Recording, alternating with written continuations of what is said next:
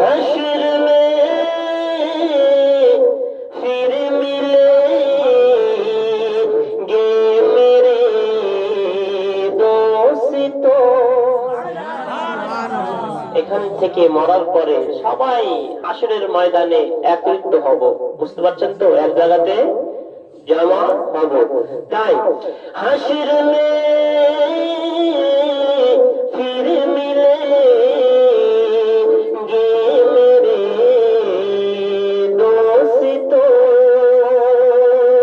हश्र में फिर मिलेंगे मेरे दोस्तों। बस यही है प्याम आखिरी आखिरी। हश्र में फिर मिलेंगे मेरे दोस्तों। মরণকে স্মরণ করুন। এখান থেকে যেতে হবে সবাইকে। আমার মাও যাবে, আমার বাবাও যাবে, দাদারা গিয়েছে, হ্যাঁ, কাকুরা চলে গিয়েছে, কার বাবা নাই, কার মা নাই। তাই ওনারাকে ইয়াদ করুন যে আমরাকেও মরতে হবে। তাই কবি কি বলছেন উর্দুতে, কে হাসির মে ফির মিলেंगे मेरे दोस्तों। बस यही है प्याम आखिरी आखिरी।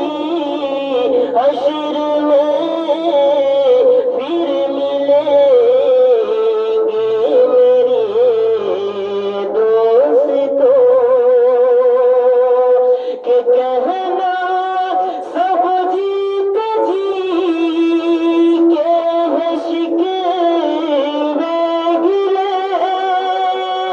आज दुनिया आज से खत्म दुनिया के सब सिलसिले। कहना सब जीत जी के है शिकवे गिले। आज से खत्म दुनिया के सब सिलसिले। शम्मा ढलने को है दम निकलने को है। शम्मा ढलने को है दम निकलने को है।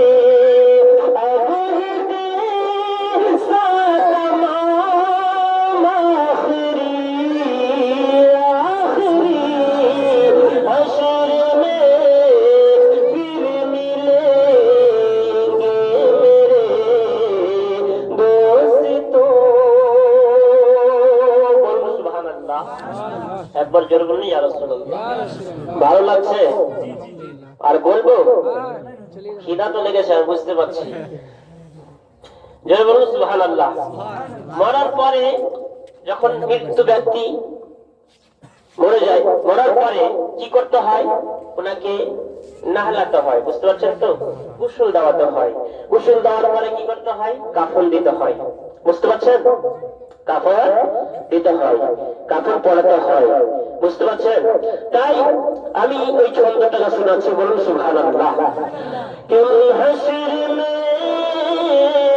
फिर मिलेंगे मेरे दोस्तों। कि मुझको नहला के पहना दिए हैं कफन। मुझको नहला के पहना दिए हैं कफन। रो चुके मिलके माँ बाप भाई बहन। যখন মরে যাই, তখন মরার পরে যতগুলো মানুষ বাড়িতে থাকে সবাই কান্না করে। কান্না করে না বাবা? কান্না কান্না করে। হ্যাঁ, কান্না করে সে যাই হোক, কেন কষ্ট হয় মানুষকে। একটা মানুষ যখন এই দুনিয়া থেকে চলে যায় তখন খুবই কষ্ট হয় মানুষকে, কিন্তু চেঁচিয়ে কাঁদতে হয় না, চেঁচিয়ে নাঙ্গবাজি করতে হয় না। কাঁদবেন, মনে মনে কাঁদেন, ওনার জন্য দোয়া করে, ওনার জন্য দোয়া খায়ের করে, কোরআন তেলাওয়াত করে, ইনশাআল্লাহুল আজিজ এই জিনিসটা ওনার জন্য বেশি কামরান হবে। বুঝতে পারছেন?